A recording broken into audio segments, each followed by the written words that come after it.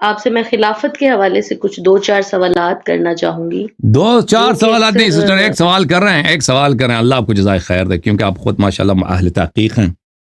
تو ہم اللہ آپ کو عزت دے۔ ہمارے سے یہ سوالات ہوتے ہیں اور بہت زیادہ یہ سوالات کیے جی جاتے ہیں کہ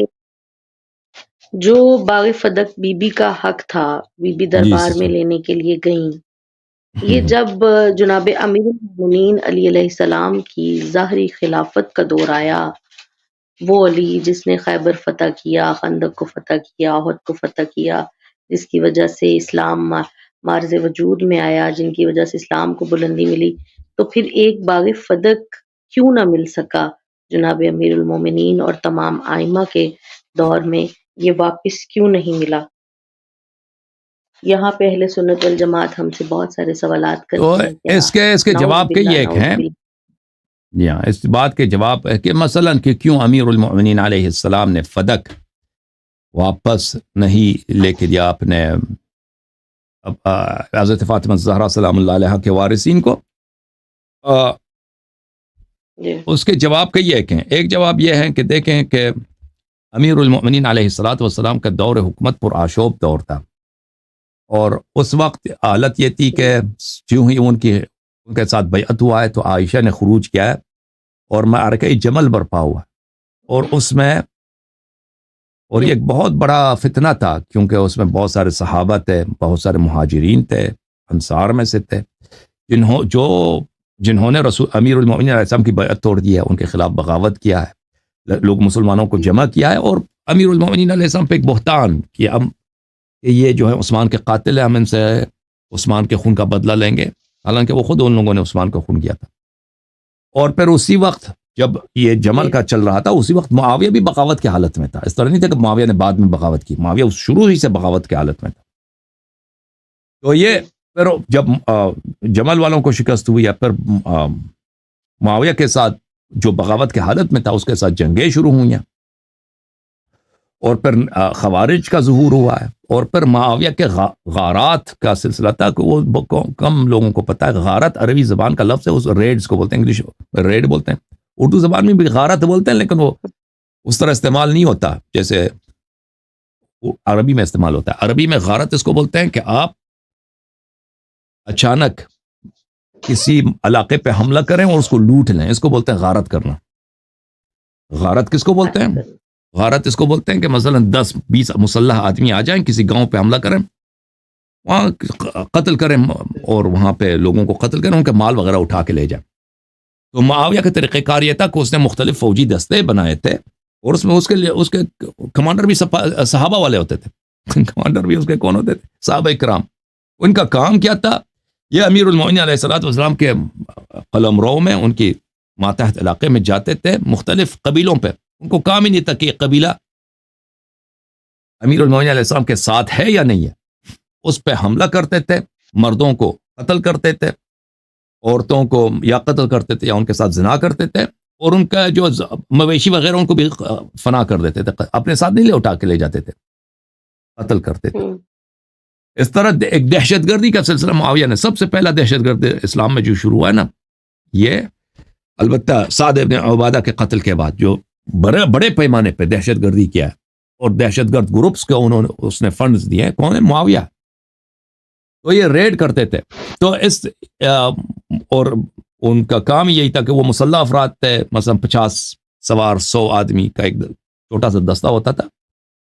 اب قبائل تو رہتے ہیں مختلف علاقوں میں، ان کے پاس اسلحہ نہیں ہوتا، وہ لڑنے کی تیاری تو نہیں ہوتی ان میں، رات کی تاریکی میں حملہ کرتے تھے، ان کو قتل کرتے تھے، پھر دوسری جگہ جاتے۔ تو حالات اس طرح پرآشوب تھے۔ تو ان حالات میں پھر امیر المؤمنین علیہ الصلوۃ والسلام کی حکومت کبھی مستقر نہیں ہوئی، پھر وہ جنگی کی حالت میں شہید ہو گئے۔ وہ معاویہ سے جنگ کی تیاری کر رہے تھے کہ جب ان کی شہادت ہوئی ہے، تو اس حالت میں ان سے یہ توقع کرنا کہ وہ فدق انہوں نے کیوں واپس نہیں لیا، تو اس کا جواب بڑا واضح ہے۔ ان کی حکومت ایک پرآشوب حکومت تھی، اور ان کا دور حکومت اس طرح نہیں تھا کہ وہ حالات میں مسلط تھے، اور پوری جو لوگ ان کی اطاعت کر رہے تھے، اور سب کچھ اگر وہ چاہتے تھے ہو سکتا تھا۔ تو یہ اس طرح حالات نہیں تھے، ایک بہت جو سچویشن تھی وہاں پہ اس طرح تھی۔ دوسری بات یہ ہے کہ امیر المومنین علیہ الصلوۃ والسلام کا اپنا خطبہ ہے. میں نے کل، اگر جو لوگوں نے کل دیکھا ہے میرے پروگرام کو، کہ وہ اپنے خطبے میں فرماتے ہیں کہ مجھ سے پہلے جو وہ روضہ کافی کی جلد نمبر 8 میں، کہ مجھ سے پہلے جو خلفاء تھے وہ کیا کرتے تھے، انہوں نے بہت سارے کام کیے ہیں کہ انہوں نے رسول پاک صلی اللہ علیہ وسلم کی مخالفت کی ہے.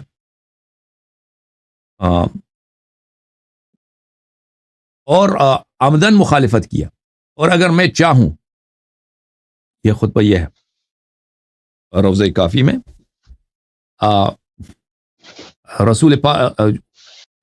جلد نمبر 8 کافی کی صفحہ نمبر 53 میں یہ خطبہ، صفحہ نمبر 58 میں یہ خطبہ شروع ہو جاتا ہے، حدیث نمبر 21. اس کے بعد امیر المؤمنین علیہ السلام فرماتے ہیں اپنے شیعوں سے، یہ خاص شیعوں کے لیے باتیں،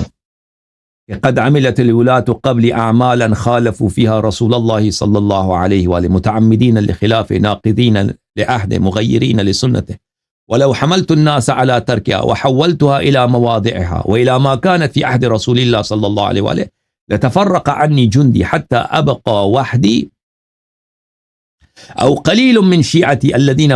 عرفوا فضلي وفرض امامتي من كتاب الله عز وجل وسنة رسول الله صلی اللہ علیہ وآلہ. مجھ سے پہلے جو خلفاء انہوں نے بہت سارے غلط کام کیے ہیں، اور انہوں نے عمدن پیغمبر صلی اللہ علیہ وآلہ وسلم کی سنت کو توڑا ہے، اور عمدن ان کے وصیتوں کو پامال کیا ہے. اور اگر میں ان کے اعمال کو کی مخالفت کروں، اور وہ ان کے انہوں نے جو کام کیے ہیں ان کو پلٹا دوں اس حالت میں جو رسول پاک صلی اللہ علیہ وسلم کے زمانے میں تھا، اور اس کو ان کے احکام کو میں نسخ کر دوں، محو کر دوں، ان کی تصحیح کر دوں، تو نتیجہ یہ ہوگا کہ میرا جو فوج ہے یہ سب سے مجھ پہ تلوار اٹھائیں گے اور میرے خلاف یہ خروج کریں گے، اور میں بچوں گا اکیلا، یا میں اور میرے کچھ قلیل شیعہ جو میری امامت کے وجوب کو قرآن اور سنت سے جانتے ہیں. تو وہ اعمال کون سے ہیں؟ امیر المومنین علیہ الصلوۃ والسلام 2-3 صفوں میں وہ اعمال گنتی کرتے ہیں. کون کون سے اعمال؟ ایک دفعہ شاید بہت سال پہلے میں نے اسی خطبے کی شرح میں نے بہت سارے لیکچر دیے تھے عربی زبان میں، کہ صحابہ کے خلفاء کے متعین جو امیر المومنین علیہ السلام نے اس خطبے میں اپنے زبان اقدس سے بیان کیے ہیں. صحابہ نے، ابو بکر، عمر، عثمان نے وہ کام جو عمدن انہوں نے مخالفت کی پیغمبر رسول اللہ صلی اللہ علیہ وسلم، ان میں سے ایک یہی ہے فدق، کہ اگر میں فدق کو پلٹا دوں تو یہ لوگ بغاوت کریں گے، میرے خلاف بغاوت ہو جائے گی. یہ ہے. پھر اس کے علاوہ بھی ہمارے پاس بہت سارے دوسرے جوابات ہیں، یہی 2 جواب کافی ہیں فی الحال. تھینک یو میرے سسٹر، اللہ آپ کو جزائے خیر دے، اللہ آپ کو عزت دے. ودیعہ سسٹر، شاید ان کی کال پھر کٹ گئی. Thank you.